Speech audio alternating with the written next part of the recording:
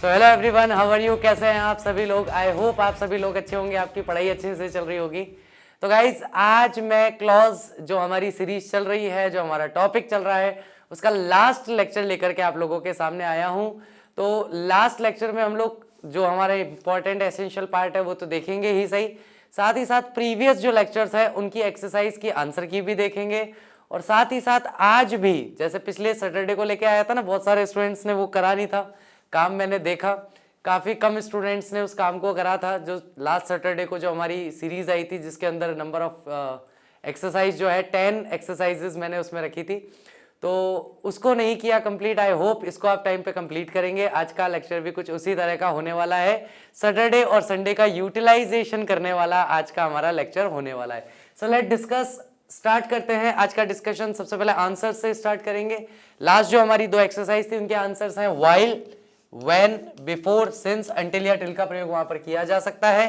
Then second जो हमारा answer की था वो ये है, the patient had died before the doctor came, as soon as the gates were open the examinees rushed in, as she pressed the switch the bulb lighted, the sooner you depart the earlier you will reach, I read the question paper after I had broken the seal. यानी question paper की seal तोड़ने के बाद मैंने उसे पढ़ा। Last हमने जो लेक्चर पढ़ा था उससे रिगार्डिंग आपकी एक्सरसाइज आपके सामने है। Exercise number 1, if you work hard you dash pass. जिन जिनको ये सेंटेंस स्ट्रक्चर याद होंगे, जिन्होंने लास्ट लेक्चर पे हर रूल के साथ में एक एग्जांपल लिखा होगा, बहुत आसानी से कर पाएंगे। बी का फॉर्म भरना है, आई rich, I would help the poor, if you dash carefully you wouldn't fall down, if the government had framed the poor friendly policies, the poverty dash down, unless she dash hard she can't succeed। ये 4 question है जिनका answer आपको देखना है। उसके अलावा second exercise जो है, if you wake up early you can do yoga. इस सेंटेंस को अनलेस लगाते हुए वापस लिखना है। सेकंड सेंटेंस को इन केस से जोड़ना है, थर्ड को प्रोवाइडेड से, फोर्थ सेंटेंस को इवन इफ से, और जो फिफ्थ सेंटेंस है उसमें आप वेदर और या इफ और का प्रयोग करके इसे जोड़ सकते हैं। तो ये 2 एक्सरसाइज है। थर्ड एक्सरसाइज आपकी आती है यहाँ पर सस्टेनेबल सबऑर्डिनेटिंग कंजक्शन आपको यहाँ पर यूज करना है प्लेस के आधार पर जो है। तो 2 हमने अभी एक्सरसाइज देखी जो कंडीशनल के आधार पर देखनी है, ये प्लेस के आधार पर देखनी है। तो प्लेस में कौन सा वर्ड कहां पर आपके लिए सुटेबल है उसके अकॉर्डिंग आपको यहाँ पर फिल करना। चलिए गाइस, नेक्स्ट एक्सरसाइज देखते हैं। इसके बाद में फोर्थ एक्सरसाइज हमारी आ रही है जिसके अंदर ये 5 सेंटेंसेस हैं। आपको कंजक्शन ऑफ प्लेस का इस्तेमाल करते हुए इनका रीराइट करना है, इनको दोबारा से लिखना है। फोर्थ एक्सरसाइज ये है हमारी। तो 4 एक्सरसाइजेस है जो आज हमें सॉल्व करनी है लास्ट लेक्चर से रिलेटेड। 2 एक्सरसाइज जो है वो कंडीशनल सेंटेंस को बताएगी, रेस्ट 2 एक्सरसाइजेस जो है वो बताने वाली है, हमारे कंडीशनल को नहीं बताएंगी, वो दर्शाएंगी मूलतः कंजक्शन ऑफ प्लेस को। तो स्थान और शर्तिया वाक्य के आधार पर ये 4 बहुत आसानी से सॉल्व हो जाएंगे। जिन्होंने लास्ट लेक्चर में एक एक एग्जाम्पल लिखा है एक एक पर, वो बहुत आसानी से इसे कर पाएंगे। लेट्स स्टार्ट, आज का टॉपिक स्टार्ट करते हैं। क्लॉज ऑफ मैनर है। मैनर का सीधा सीधा मतलब होता है तरीका या विधि। किसी भी क्रिया को करने का तरीका क्या है या किसी भी क्रिया को करने की विधि क्या है, उसे दर्शाने के लिए एडवर्ब क्लॉज ऑफ मैनर का इस्तेमाल किया जाता है। इसमें आचरण यानी किस आचरण के साथ क्रिया को किया जाएगा उन उपवाक्यों का प्रयोग करते हैं। यहां पर हम हाउ यानी किसी भी कार्य को कैसे किया गया उसका उत्तर देते हैं। एज, एज इफ, एज दो, एज, सो, इन दैट आदि आचरण बताने वाले सबऑर्डिनेटिंग कंजक्शन को इंट्रोड्यूस करते समय यानी कि वाक्य के प्रारंभ में इनका इस्तेमाल किया जाता है। एज का मतलब होता है जैसा का जैसा या वैसा ही, यानी जैसा या वैसा के अर्थ में इसका इस्तेमाल किया जाता है। किसी विशेष तरीके से करने आदि के सेंस में यूज करते हैं। You may act as you please, तुम वैसे ही एक्ट करो, तुम वैसे ही एक्ट करो, तुम वैसे ही काम करो, तुम ऐसे ही व्यवहार करो जैसा तुम्हें पसंद हो। सीधी सीधी बोलचाल की भाषा में बोलो, भाई तेरा मन हो जो करे यार, तेरा मन हो ना वो कर। अगर ये बात मैं इंग्लिश में कहना चाहूंगा तो कहूंगा you may act as you please, जैसे तुम्हें प्रसन्नता हो, जैसे तुम्हारा मन हो वैसे करो। ठीक है, तो वो बताने के लिए हम एज का प्रयोग कर लेते हैं, जैसे के जैसा, वैसे के वैसा के अर्थ में। Do as I tell you, वैसा करो जैसा मैं तुम्हें कहता हूं। तो यहां पर कैसे काम को करना है, जैसे मैं तुम्हें कह रहा हूं वैसे ही उस काम को करना है। एज दो या एज इफ, जैसे मानो की के अर्थ में होता है, use for saying how somebody और समथिंग अपीयर्स, कि कोई व्यक्ति या वस्तु कैसी लग रही है, कैसी प्रतीत हो रही है। जैसे कि शी बिहेव्स एज इफ या एज दो शी वर एन ऑफिसर, वह ऐसे व्यवहार करती है जैसे कि वह खुद कोई ऑफिसर हो, है ना। बोले वह मुझे ऐसे डांट रहा था जैसे मेरा पिता हो, है ना। तो he was scolding me as he was my father, जैसे कि वो मेरा पिता हो, है ना। तो जब भी हम किसी के कार्य करने के तरीके को बताते हैं, विधि को बताते हैं, वो तो ऐसे गुस्सा कर रहा था जैसे कोई हिटलर हो तो ऐसा बताने के लिए हम किसका प्रयोग कर लेते हैं, एज दो या एज इफ का प्रयोग कर लेते हैं मानो की अर्थ में। इनफॉर्मल स्टाइल में कैसे कहते हैं, he was walking as if या as though he was in अ हरी, वह ऐसे चल रहा था जैसे वो जल्दबाजी में हो। एज इफ या एज दो डाउट, संदेह या इम्प्रोबेबिलिटी को व्यक्त करते हैं, किसी भी तरह का डाउट बताएंगे। इम्प्रोबेबिलिटी का मतलब जहां पर किसी कार्य के होने की संभावना ना हो या कम हो, असंभावना को दर्शाने के लिए इनका प्रयोग किया जाता है। एज इफ या एज दो जो है सामान्यतः वर्ब की सिंपल पास्ट फॉर्म, यानी कि second form of the verb के साथ में, या फिर वर्ब बी की सेकंड फॉर्म वर लेते हैं, चाहे एडवर्ब क्लॉज का सब्जेक्ट कर्ता सिंगुलर हो चाहे प्लूरल हो। बहुत ही बढ़िया बात है। एज इफ या एज दो के बाद में या तो सिंपल पास्ट टेंस का वर्ब आ जाएगी, वर्ब की सेकंड फॉर्म, या फिर बी की सेकंड फॉर्म आ जाएगी वर, यानी कि कुल मिलाकर पास्ट में ही ज्यादा बात करेगा। चाहे एडवर्ब क्लॉज का जो करता है वो सिंगुलर होगा तो भी वर लगेगा, प्लूरल होगा तो भी वर लगेगा, क्योंकि सामान्यतः सिंगुलर के साथ हम क्या लगाते हैं, वॉज लगाते हैं। लेकिन यहां पर अगर एज इफ या एज दो आ रहा है तो हम वॉज का प्रयोग नहीं करेंगे, सिंगुलर के साथ भी वर का प्रयोग किया जाना चाहिए। नेक्स्ट इसके बारे में बात क्या है, एज इफ या एज दो यदि प्रेजेंट टेंस की फॉर्म में हो तो यह सर्टेनिटी को व्यक्त करता है। सर्टेनिटी का मतलब होता है निश्चितता, किसी भी कार्य में किसी भी क्रिया की निश्चितता को दर्शाने का काम करता है। फैक्चुअल मीनिंग यानी कि तथ्यात्मक अर्थ को देता है। फैक्चुअल का मतलब क्या होता है, तथ्यात्मक, तथ्यात्मक अर्थों को दिखाने का काम करता है, तथ्य जैसे वाक्य बताता है। शी टॉक्स एज इफ या एज दो, है ना, वह ऐसे बात करती है एज इफ या एज दो शी इज एन ऑफिसर, जैसे कि वह कोई ऑफिसर हो। तो यहां पर प्रेजेंट टेंस का इस्तेमाल किया गया है। यहां पर एज इफ या एज दो के पश्चात प्रेजेंट टेंस की फॉर्म का यूज हुआ है। अब आप देखोगे यहाँ पे ये शी इज एन ऑफिसर कौन सा टेंस है, तो प्रेजेंट टेंस है। शी वर एन ऑफिसर हो जाता। अगर पास्ट टेंस की बात होती तो मैं क्या कहता, शी टॉक्ड एज इफ या एज दो शी वर एन ऑफिसर। अगर पास्ट टेंस में बनता तो ऐसे बनता, इसी के कंपैरिजन में प्रेजेंट टेंस में कैसे बनाया आप सामने के सामने देख सकते हैं। ठीक है, इस तरीके से इसका प्रयोग किया जाता है। इसका अर्थ है कि वह महिला निश्चित रूप से सर्टेनली एक ऑफिसर है।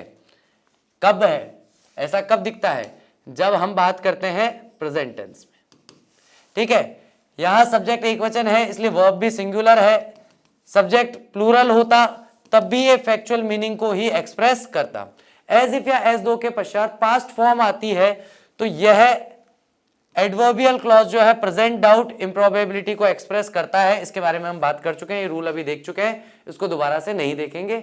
मेन रूल इस पेज पे देखने वाला ये है कि सब्जेक्ट जब पास्ट टेंस में होता है तब तो वर्ब के साथ में कंबाइंड होता है, लेकिन प्रेजेंट टेंस में सब्जेक्ट के अकॉर्डिंग वॉज या वर, सिंगुलर या प्लूरल वर्ब का प्रयोग किया जाता है।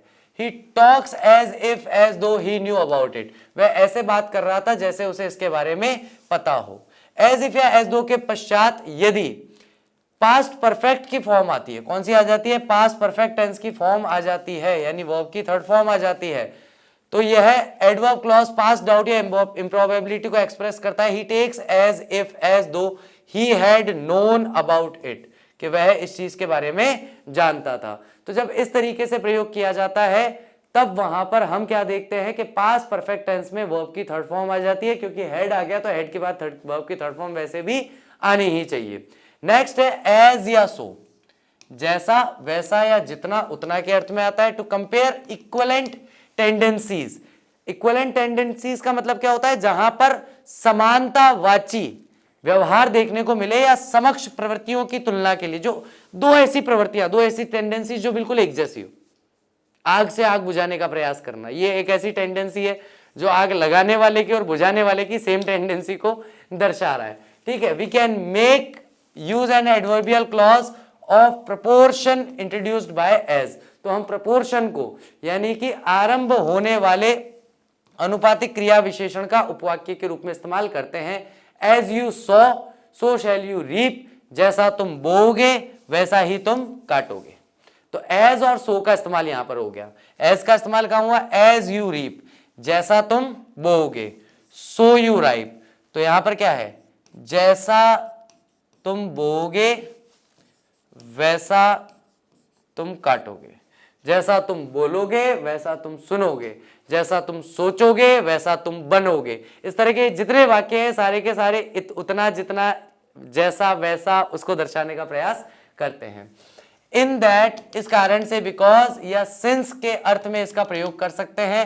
तो इन दैट भी हमारा एक कंजक्शन है, इसका प्रयोग बिकॉज या सिंस के अर्थ में किया जाता है। द डलेस्ट स्टूडेंट सरप्राइज्ड मी, जो सबसे डल व्यक्ति है, जो सबसे डल यानी मूर्ख जो स्टूडेंट है, डल का मतलब वैसे मूर्ख तो नहीं होता, सर्वाधिक निष्क्रिय जो है, पैसिव सा जो स्टूडेंट है, हमेशा बस यूं बैठा रहता है गर्दन झुका के, उस स्टूडेंट ने मुझे चौंका दिया। In that because he stood first in the examination, क्योंकि कक्षा में उसने पहला स्थान प्राप्त किया। अब यहां पर अर्थ क्या बन रहा है इन दैट का, क्योंकि। कैसे उसने चौंका दिया, क्योंकि उसने कक्षा में पहला स्थान प्राप्त किया। और क्योंकि इंग्लिश में किसको दर्शाता है, बिकॉज को दर्शाता है। सिंस जो है उसे भी कंजक्शन में, सिंस जो है वो कंजक्शन भी है और सिंस जो है वो प्रेपोजिशन भी है। तो हम यहां पर सिंस की बात कर रहे हैं कंजक्शन के अर्थ में, प्रेपोजिशन के अर्थ में इसकी बात नहीं कर रहे। किसके अर्थ में बात कर रहे हैं, कंजक्शन के अर्थ में बात कर रहे हैं। तो इसका अर्थ क्या निकल जाएगा, क्योंकि उसने कक्षा में पहला स्थान प्राप्त किया, तो उस अर्थ में इस्तेमाल करने के लिए इन दैट का प्रयोग किया जाता है। सामने गाइस आप लोगों के सामने आ रही है एक्सरसाइज नंबर 5। आपको इन सेंटेंसेस को कंपेयर करके सबऑर्डिनेटिंग कंजक्शन ऑफ मैनर जो अभी अभी हमने पढ़ा है उसका इस्तेमाल करते हुए इन सभी को आपको जोड़ना है। वीडियो पॉज कर लीजिए, वीडियो पॉज करके इन्हें जोड़ लीजिए। She is teaching the class, teach the class in the same way. She may be a doctor, it appears so. She looks so, she may be an actress. She talks so, वह ऐसे बात करती है। She is drunk, जैसे उसने P रखी हो। She behaves so, he behaves so, he were a police officer, वह ऐसे बात कर रहा था जैसे वो पुलिस ऑफिसर हो। सेम यहाँ पर कंजक्शन ऑफ मैनर का ही वापस जो अभी अभी हमने पढ़ा है उसी से रिलेटेड एक्सरसाइज है। He is walking dash, he were drunk, put on the dress dash you please, वैसे कपड़े पहनो जैसे तुम्हारा मन हो ये उस अर्थ में है। Dash the driver lifted the trolley dash the material began to slide, जैसे ही ड्राइवर ने ट्रॉली उठाई वैसे ही जो मटीरियल था वो फिसलना शुरू हो गया। Arjun disappointed me dash he did not write letters to me, Arjun ने मुझे निराश किया, उसने मुझे पत्र नहीं लिखे। Very good. Pronounce the word dash I pronounce, शब्दों को वैसे ही उच्चारित करो जैसे मैं करता हूं। अब इन सबको इंग्लिश में कैसे जोड़ोगे वो एक बार आपको देखना है। नेक्स्ट हम बात कर रहे हैं क्लॉज ऑफ डिग्रीज के बारे में या कंपैरिजन के बारे में। मात्रा का तुलना करने वाले क्रिया विशेषण उपवाक्य, ऐसे उपवाक्य जो किसी भी मात्रा का क्या करते हैं, तुलना करते हैं। यानी कि कोई भी मात्रा का मतलब हो गया क्वांटिटी, किसी भी क्वांटिटी को अगर हम कंपेयर करेंगे, उसका कंपैरिजन करेंगे तो इनका प्रयोग किया जाना चाहिए। Adverb clause of degree answers the question how little और हाउ मच, हाउ लिटिल और हाउ मच या हाउ मैनी, इनका जवाब देने के लिए हम इनका प्रयोग करते हैं। कौन कौन से इसमें, एज बात कर चुके, सो एज बात कर चुके, देन द आदि सबऑर्डिनेट कंजक्शन का कंपैरिजन में प्रयोग किया जाता है। ये सबसे मस्त है, सबसे शानदार, मेरा फेवरेट है, क्योंकि ये तो फिर भी समझ में आ गया होगा कुछ स्टूडेंट्स को, ये समझने में कानों से धुआं निकला होगा। सर द का यूज करके कौन सा कंपैरिजन हो रहा है, सर दो दा को यूज करके कौन सी कंपैरिजन हो रही है, कौन सी क्वांटिटी क्वालिटी, नंबर, कैसे आप उसे कंपेयर करेंगे। और सब्जेक्ट वर्ब अग्रीमेंट का सबसे शानदार रूल है, सबसे शानदार रूल है, द मोर शी गेट्स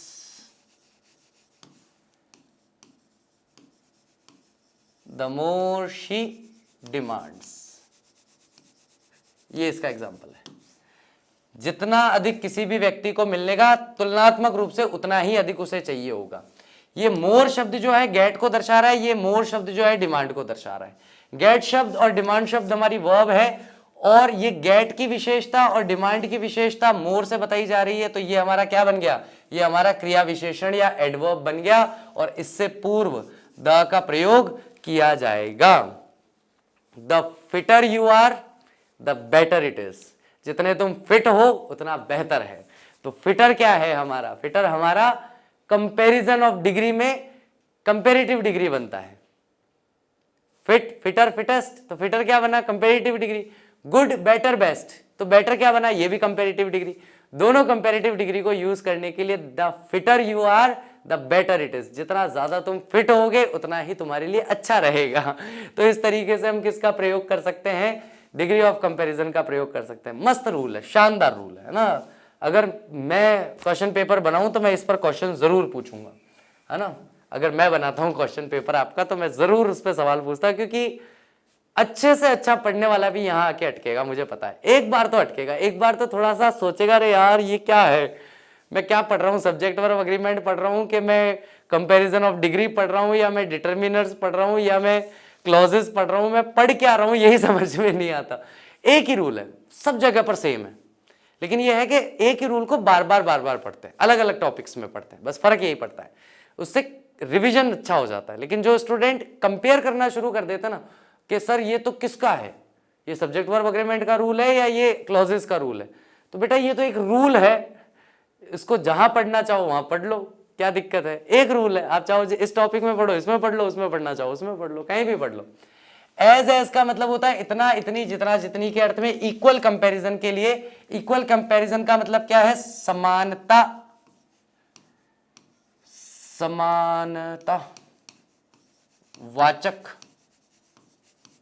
तुलना के लिए, समानतावाची या समानतावाचक तुलना के लिए इसका इस्तेमाल किया जाता है, जहां पर दो चीजों में तुलना की जाए और बाद में पता चले कि वह दोनों चीजें समान हैं। She is as wise as she is beautiful, वह उतनी ही बुद्धिमान है जितनी सुंदर है। टू नेग्लेक्ट इक्वल कंपैरिजन, नकारात्मक समकक्ष तुलना के लिए। She is not as tall as Hari is, वह उतनी लंबी नहीं है जितना की हरी है। तो नकारात्मक तुलना कैसी हुई कि उतनी लंबी नहीं है जितना हरी है, और समानतावाची तुलना कैसे हुई, वह उतनी ही बुद्धिमान है जितनी वह खूबसूरत है या सुंदर है। सो के बाद एज का अगर हम इस्तेमाल करते हैं तो इतना, इतनी, जितना, जितनी। टू नेग्लेक्ट इक्वल कंपैरिजन, नकारात्मक समकक्ष तुलना के लिए इसका इस्तेमाल होता है। She is not so tall as Hari is, वह उतनी लंबी नहीं है या वह उतनी ऊंचाई पे नहीं है, उसकी हाइट उतनी ज्यादा नहीं है जितनी की हरी की है। नकारात्मक वाक्यों में प्रधानता सो और एज की होती है। अभी मुश्किल से 15 मिनट पहले डाउट ग्रुप जो है उसमें डाउट सॉल्व कर रहा था, उसमें एक बच्चे का यही कंफ्यूजन था कि सर एज में चेंज क्यों नहीं कर रहे हो आप। अभी मैंने मुश्किल से 15 मिनट हुए होंगे, 15 मिनट पहले ही मैंने उसे एक ऑडियो वो रिकॉर्ड करके भेजा। मैं कहा बेटा एज जो है वो सकारात्मक तुलना को दिखाता है, और सो एज जो है वो नकारात्मक तुलना को बताता है। तुलना तो है, लेकिन एक तरफ तुलना में दोनों चीजें बराबर है और एक तरफ तुलना में एक चीज कम है, एक चीज ज्यादा है को दी जाती है। वैसे एज भी गलत नहीं होता, एज सही माना जाएगा, लेकिन अगर आपके पास ऑप्शन है एज या सो एज में से किसी एक को चुनने का, तो हमेशा नकारात्मक भाव के लिए सो एज चुनिए, सकारात्मक भाव के लिए एज चुनिए। देन का प्रयोग एडजेक्टिव या एडवर्ब की कंपैरेटिव फॉर्म के पश्चात करते हैं। एडजेक्टिव हो या एडवर्ब हो, डिग्री ऑफ कंपैरिजन तीनों के एक जैसे होते हैं, लेकिन जब भी कंपैरेटिव डिग्री होगी तो हम किसका प्रयोग करेंगे, या तो ER का प्रयोग करेंगे या मोर का प्रयोग करेंगे, और इसके बाद जिससे तुलना की जा रही है उसको दर्शाने के लिए देन का प्रयोग करेंगे।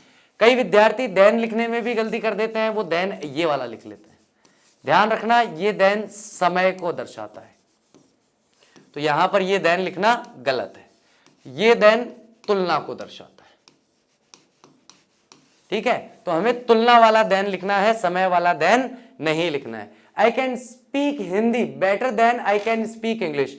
मैं अंग्रेजी से ज्यादा बेहतर तरीके से हिंदी बोल सकता हूं, तो उसको बताने के लिए आई can speak Hindi better then, यानी उससे बेहतर जितनी कि मैं इंग्लिश बोल सकता हूं। मतलब हिंदी और इंग्लिश दोनों बोल सकता हूं, लेकिन ज्यादा बेहतर क्या बोल सकता हूं?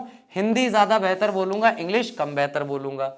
द और द, जितना जितनी उतना उतनी, इसमें अनुपात प्रोपोर्शन बताया जाता है। The more you have the more you want, बिल्कुल वैसा example. The more she gets the more she demands, जितना ज्यादा उसके पास, जितना अधिक उसके पास होगा तुलनात्मक रूप से उतना ही अधिक वो चाहेगा। द लेस यू अर्न, जितना कम तुम कमाओगे, द लेस यू एक्सपेंड, उतना ही कम तुम खर्च करोगे। द हायर यू गो, जितना जितना एल्टीट्यूड पर, जितना ऊंचाई पर जाओगे, the colder it will be, उतनी ही ठंड बढ़ती जाएगी। द स्लोवर यू रन, जितना धीरे तुम भागोगे, the more energy you will lose, उतनी ही ज्यादा ताकत तुम खोओगे। तो इस तरीके से द का प्रयोग यहां पर किया जा रहा है। चलिए गाइस, एक्सरसाइज नंबर 7 है, अभी जो पढ़ा है कंजक्शन ऑफ कंपैरिजन डिग्री, मुझे लगता है अभी पढ़ा और अभी कर लेंगे ना, मुश्किल से 2 से 3 मिनट लगेंगे। 2 से 3 मिनट में अभी हैंड टू हैंड कंप्लीट हो जाएगा। वीडियो पॉज कर लीजिए, इसको अभी तुरंत प्रभाव से कमेंट बॉक्स में जाकर के सॉल्व कर लीजिए। Exercise number 8 same degree of comparison से रिलेटेड है, वहां आपको फिल इन द ब्लैंक के अकॉर्डिंग भरना है। यहां पर आपको सेंटेंस को जोड़ना है। एज से जोड़ोगे या सो एज से जोड़ोगे या दादा से जोड़ोगे, बस इतना देखना है, या कंपैरेटिव डिग्री और देन से जोड़ोगे। 4 छोटे छोटे पॉइंट है, ज्यादा बड़ा पॉइंट है ही नहीं। चलिए नेक्स्ट हम बात कर रहे हैं adverb of clause, cause of reason. तो क्लॉज किसका देख रहे हैं हम लोग? कॉज या रीजन। कॉज या रीजन का मतलब होता है कारण। जहां पर 2 वाक्य हो और 2 वाक्यों में कार्य तथा कारण संबंध दिखाई दे। 2 वाक्यों में क्या दिखाई दे? कार्य कारण संबंध दिखाई दे। मेन क्लॉज में बताए गए कार्य का कारण बताता है because, since, as, in as much as, that आदि सबऑर्डिनेटिंग कंजक्शन का प्रयोग करते हुए। बिकॉज का मतलब होता है क्योंकि। जहां जहां पर भी वाई से संबंधित क्वेश्चन हो, जब भी प्रश्न ये बन जाए क्यों, तो उत्तर हमेशा बिकॉज से शुरू होगा। तुम पढ़ाई क्यों कर रहे हो? क्योंकि मैं एग्जाम में पास होना चाहता हूं। तुम यहां पर बैठे क्यों हो? क्योंकि मैं चित्रांश सर का लेक्चर एंजॉय करता हूं। मेरे कोर्स में नहीं है फिर भी पढ़ रहा हूं, मुझे अच्छा लगता है पढ़ना। बस दे दिया जवाब, क्या है। तो जब भी क्यों का उत्तर दोगे तब आंसर हमेशा बिकॉज से ही शुरू होगा। He is late because it was raining, वह लेट है। कार्य क्या हुआ? लेट। कारण क्या है? बरसात हो रही थी। तो कार्य कारण संबंध बताने के लिए किसका प्रयोग कर लिया? बिकॉज का प्रयोग कर लिया कि भैया वह लेट है क्योंकि बरसात हो रही थी। एज और सिंस, इस तथ्य को ध्यान में रखते हुए कि तब से के अर्थ में वाक्य प्रारंभ हो at initial position in view of the fact that का अर्थ देते हुए। इनिशियल पोजीशन यानी किस बिंदु से, तब से कार्य प्रारंभ हुआ, यानी कि जब से मैं तुम्हें पढ़ा रहा हूं तब से तुम मुझसे पढ़ रहे हो। तो तब से पढ़ रहे हो, कब से? जब से पढ़ा रहा हूं तब से पढ़ रहे हो। तो तब से पढ़ने के अर्थ में एज या सिंस यू आर हियर, अब जबकि तुम यहां हो, जब से तुम यहां हो। यू मे हेल्प मी, तुम मेरी मदद कर सकते हो। In as much as, because of the fact that के अर्थ में इसका प्रयोग किया जाता है कि किस कारण से ये कार्य करने को कहा जा रहा है। जहां तक कि एज मच एज, तो in as much as he had the poor, क्योंकि वह गरीब की मदद करता है। ही मे बी अवॉर्डेड, उसे इसका पुरस्कार हो सकता है दिया जाए। दैट जो है, गणित वाले बहुत अच्छी तरीके से समझते होंगे, ये वाला चिन्ह, चूकी वाला चिन्ह एडजेक्टिव के बाद इसका इस्तेमाल करते हैं। एडजेक्टिव के बाद यानी कि विशेषण के पश्चात इसका इस्तेमाल किया जाता है।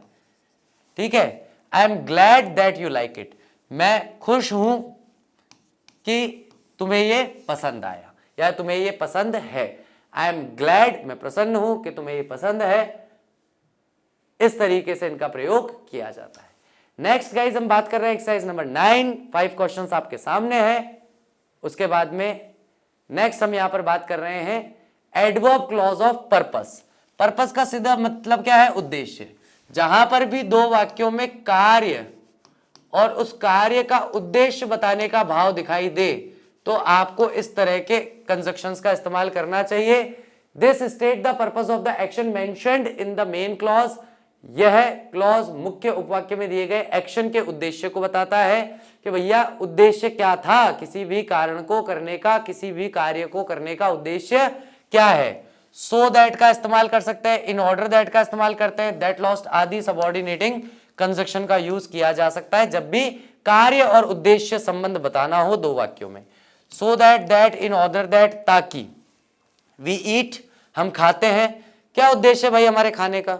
हम खाना वगैरह कुछ भी खाते हैं, उसका क्या उद्देश्य है? उद्देश्य बताने के लिए दैट आ गया, सो दैट आ गया, इन ऑर्डर दैट का भी प्रयोग यहां पर हो गया।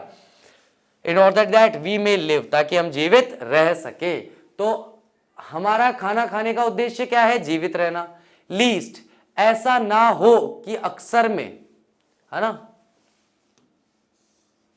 ऐसा ना हो, उसके लिए लीस्ट का प्रयोग होता है और यह अक्सर शुड से पूर्व इसका इस्तेमाल किया जाता है। Walk carefully least you should fall down, ध्यान से चलो ऐसा ना हो कि तुम गिर जाओ। अब जब तुम गिर जाओ का अर्थ आएगा तो यहां पर शुड का प्रयोग होगा। अब समस्या ये आती है, अभी फिर से मैं अभी एक जो स्टूडेंट का जो पॉइंट आया था, अभी कुछ समय पहले ही क्वेश्चन सॉल्व कर रहा था, वो स्टूडेंट बस उसकी कोई गलती नहीं है, वो अपनी जगह बिल्कुल सही है। वो स्टूडेंट ये चाहता है कि जब भी शुड आ जाए उसका अर्थ चाहिए ही निकले। जब भी किसी वाक्य में शुड आ जाए तो उसका अर्थ क्या निकले? चाहिए ही उसका अर्थ निकले। लेकिन ऐसा हमेशा जरूरी नहीं है। कहीं तुम गिर ना जाओ या तुम्हें गिर जाना चाहिए। यू शुड फॉल डाउन का मतलब क्या होता है? लीस्ट आ गया ना, तो कहीं तुम गिर ना जाओ। पढ़ाई कर लो, work hard, lest you should fail in the exam. पढ़ाई कर लो, कहीं ऐसा ना हो जाए कि तुम एग्जाम में फेल हो जाओ। तो इसका मतलब ये थोड़ी है कि तुम्हें एग्जाम में फेल हो जाना चाहिए। अरे क्यों हो जाना चाहिए? हम पढ़ाई करके पास हो जाएंगे, काहे को फेल हो एग्जाम में। आई मेरी बात समझ में? तो इसलिए शुड का हमेशा चाहिए में अर्थ मत ढूंढिए, वाक्य के अनुसार उसका अर्थ बनता है। कई बार वाक्य अलग प्रकार के होने पर उनके अर्थ भी भिन्न हो जाते हैं, अर्थ भी अलग प्रकार के हो जाते हैं। Subordinating conjunction, conjunction of purpose, उद्देश्य के अनुसार आपको यहां पर भरने हैं। उद्देश्य के अनुसार आप कौन सा कंजक्शन यहां भरना चाहेंगे वो आप फिल इन द ब्लैंक के अकॉर्डिंग भर सकते हैं। नेक्स्ट हम बात कर रहे हैं adverb clause of result. Result का क्या मतलब होता है? परिणाम। तो जहां पर दो वाक्यों में कार्य तथा परिणाम संबंध हो, कैसा संबंध हो? कार्य तथा उस कार्य का क्या परिणाम निकला, उसको दर्शाने के लिए हम किसका प्रयोग करते हैं? सो दैट का, सच दैट आदि का प्रयोग यहां पर कर लेते हैं। This state what has happened और what may happened as a result, कि क्या हुआ या क्या हो सकता था नतीजे के तौर पर, रिजल्ट के तौर पर, ऑफ द एक्शन, किसी भी एक्शन में, इन द मेन क्लॉज। तो मेन क्लॉज में जो भी एक्शन बताया गया है उसके परिणाम स्वरूप क्या हो सकता था या क्या हो सकता है, उसे बताने के लिए इस तरह के वाक्यों का प्रयोग किया जाता है। आदि के लिए सबऑर्डिनेटिंग कंजक्शन का यूज करते हैं। सो दैट का इस्तेमाल करते हैं, इतना कि। सो के बाद एडजेक्टिव आता है, सो के बाद एडजेक्टिव होने पर। ही इज सो वीक, वह इतना कमजोर है, that he can not walk, के वह चल नहीं सकता। एक बार मेरे प्रिय विद्यार्थी जरा इसे 2 और 2 में चेंज करेंगे। सॉरी, ट्रांसफॉर्मेशन का क्वेश्चन करवा रहा हूं क्लॉजेस के अंदर, बुरा मत मानना भाई। देखो पढ़ा के बैठा हूं पूरा, 1-2 पीरियड, 2 क्लासेस, केवल 2 और 2 को ही दी थी मैंने, 2 क्लासेस दी थी और इतना धीरे धीरे इतना प्यार से समझाया था, बहुत स्लोली।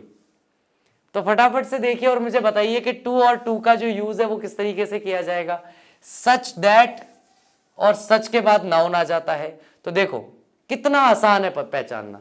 सो दैट का इस्तेमाल करना है तो सो के बाद में एक एडजेक्टिव आना चाहिए। सच दैट का इस्तेमाल करना है तो सच के बाद एक नाउन आना चाहिए। तो नाउन और एडजेक्टिव पहचाना और काम खत्म।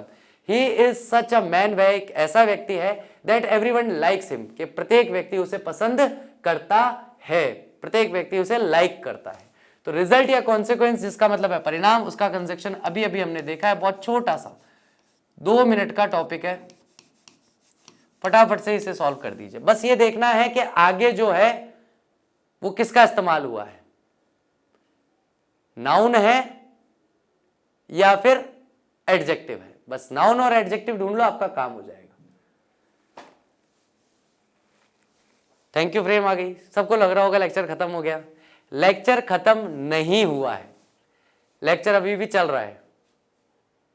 नहीं, मैं मजाक नहीं कर रहा, सच में लेक्चर चल रहा है। भले ही ये स्लाइड आ गई, थैंक यू स्लाइड आ गई है, मैं जानता हूं, लेकिन लेक्चर अभी भी चल रहा है, लेक्चर अभी खत्म नहीं हुआ है। क्योंकि अगले लेक्चर के अंदर मंडे को जो आप पढ़ने वाले हैं वो बिल्कुल एक न्यू टॉपिक पढ़ेंगे, और न्यू टॉपिक पढ़ेंगे तो भैया इन 11 एक्सरसाइजेस का क्या होगा? फिर आप बार बार मैसेज करते रहोगे, फिर आप बार बार टेक्स्ट करते रहोगे, फिर आप बार बार कमेंट करते रहोगे, सर आंसर की कहाँ है, सर आंसर की कहाँ है, सर हमें आंसर मैच करने हैं, आंसर की कहाँ है, आंसर की कहाँ है, आंसर की कहाँ है। मैं ऐसी कोई आपदा अपने ऊपर लेने नहीं वाला हूं। तो जिसने अभी तक भी क्वेश्चन सॉल्व नहीं किए हैं, ये 11 एक्सरसाइज सॉल्व नहीं किए, वो ये लास्ट का 5-7 मिनट का जो टॉपिक है ये बाद में देख सकता है। इसलिए थैंक यू स्लाइड डाली थी ताकि आपको पता चल जाए। इसके बाद अब जो हम बात कर रहे हैं वो पूरा का पूरा डिस्कशन होने वाला है किस बारे में? आंसर की के बारे में। ये सारी की सारी 11 एक्सरसाइजेस जो है उनके आंसर की आज ही आपको दे रहा हूं, ताकि इस लास्ट लेक्चर के साथ आपको कंप्लीट आंसर की मिले और कंप्लीट टॉपिक आप लोगों तक पहुंच जाए। चलिए तो शुरू करते हैं। पहली आंसर की आपके सामने है, पॉज करके स्क्रीनशॉट ले सकते हैं। This is the second answer की। इसके बाद ये हमारी नेक्स्ट थर्ड आंसर की है, वेयर, वेयरएवर, व्हेंस, वेयरसोएवर और वेयर। फिर हमारे ये आंसर की फोर्थ एक्सरसाइज की आंसर की है। ये हमारी फिफ्थ एक्सरसाइज जो है उसकी आंसर की है। सिक्स्थ जो हमारी एक्सरसाइज थी उसके आंसर की। ये 7 की है। ये 8th आंसर की, 9th आंसर की। Because as, since, in as much as, that. Answer की नंबर 10। आंसर लास्ट आंसर की जो अभी अभी लास्ट हमने एक्सरसाइज देखी उसके आंसर की है। अब खत्म हो गया। चलिए गाइस, तो उम्मीद करता हूं इस लेक्चर की सीरीज को आप लोगों ने बहुत अच्छे से एंजॉय किया होगा। थोड़े से गैप के साथ ये आई थी, लेकिन नेक्स्ट हमारी जो सीरीज आएगी उसमें किसी तरह का कोई गैप नहीं रहेगा। पूरी तरह से मेरी तरफ से कोशिश रहेगी कि without any gap daily basis पे हमें वो लेक्चर मिल जाए। Thank you very much. I will see you soon in my next lecture. Till that take care of yourself. Bye bye. Monday को मिलते हैं, देखते हैं कि नया कौन सा ग्रामर टॉपिक आ रहा है। बाय।